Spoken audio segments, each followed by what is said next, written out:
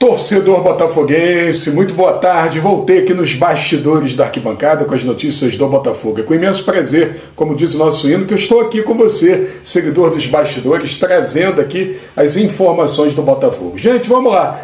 Hoje pela manhã eu fui questionado por alguns irmãos de camisa, muitos preocupados. Aliás, não somente hoje, durante esses dias.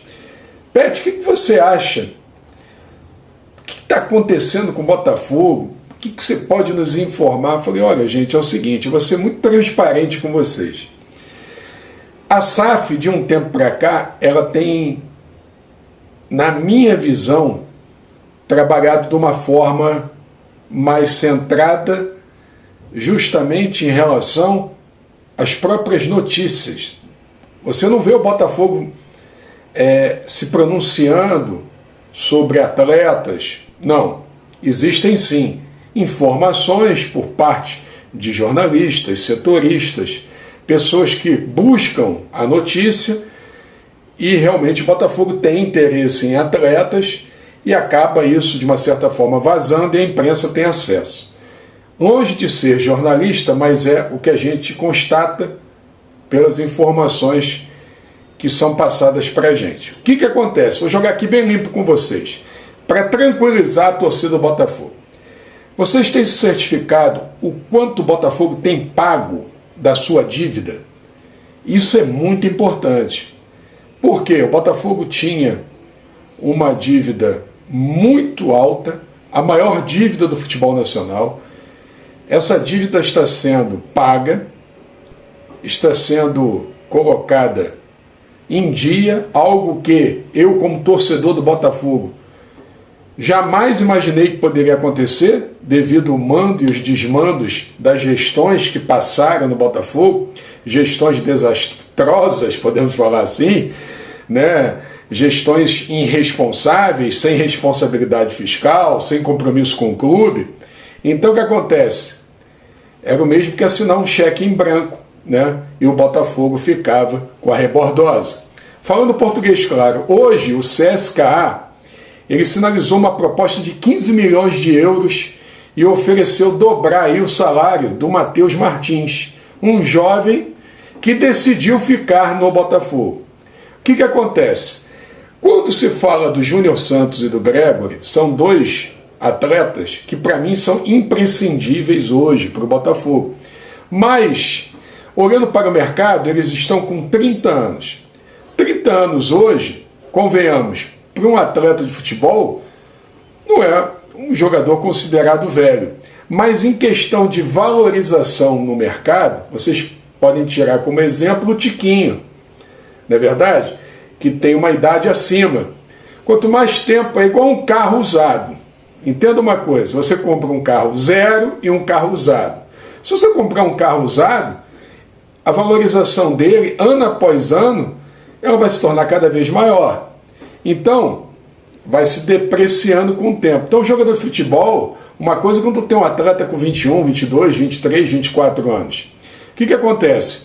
Jogadores jovens, versáteis, rápidos, são jogadores que o mercado está buscando. Então, com maior valorização. Então, o Botafogo hoje tem um investidor e tem um departamento de scout que justamente avalia isso. Então, o Botafogo, sim. Isso eu soube por uma fonte que me passou. Abril e maio é quando o Botafogo realmente fará um investimento maior, visando justamente o quê? O Mundial. O Botafogo agora irá fazer contratações, em torno de 5 a 6 contratações que estão chegando, mas aonde o Botafogo vai entrar forte é em maio, mais assim, precisamente ali no início de maio. Eu dei abril, mas eu estou cravando que seja no início de maio. Vocês podem acompanhar que o Botafogo vai sim ter um time forte até o meio do ano. A gente tem uma espinha dorsal, perfeito? Aí muitos vão falar, pô, Pet, mas os jogadores que saíram? Meu amigo, é o seguinte, grande parte desses jogadores, pela avaliação do scout, eles eram improdutivos. Vamos entrar aqui. Rapidamente no mérito, o Pablo veio para o Botafogo, eu já falei sobre isso aqui, não vou me tornar repetitivo, né? Isso aí foi um acerto do Textor com o Landim, não foi nem uma aprovação do scout, né? Um atleta que não produziu rigorosamente nada no Botafogo. O Tietê, o Marçal, o Eduardo, o próprio Tiquinho, eram jogadores que vinham num declínio físico e técnico. Já não tinham mais a titularidade no Botafogo, estavam no banco de reservas. Qual o jogador que realmente vai fazer falta para o Botafogo? Thiago Almada, Luiz Henrique. Esses sim são jogadores decisivos, jogadores que desequilibravam. Esses jogadores que saíram, Oscar Romero, o próprio Gatito, né, com todos os serviços prestados ao Botafogo, eram jogadores que foi um rio que passou em minha vida. Viramos a página. Jogadores já na casa dos 30 para cima. Então o Botafogo o quê? Está fazendo agora, após o título, trazendo jovens atletas que darão retorno para o Botafogo e principalmente para o seu investidor.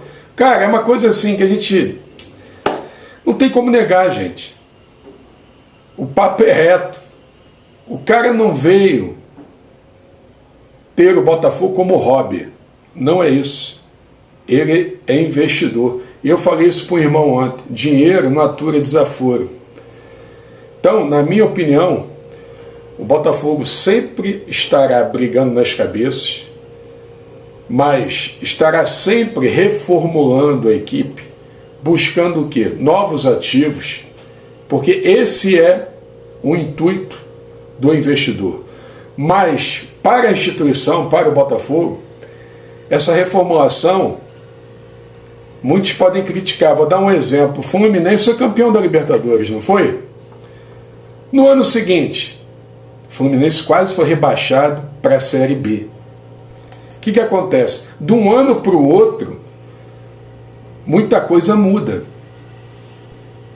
Fisicamente, da parte fisiológica e na parte técnica também. Então, é uma reflexão aqui nos bastidores da arquibancada e eu tenho certeza que o Botafogo virá forte em 2025. E aí, torcedor botafoguense, qual é a sua opinião? Você acha esse papo foi válido? Não, Pet. Sinceramente, não concordo. Deixe a sua opinião nos comentários, pois a sua opinião é muito importante para nós. Um forte abraço a toda a torcida do Botafogo em todo o Brasil e no mundo.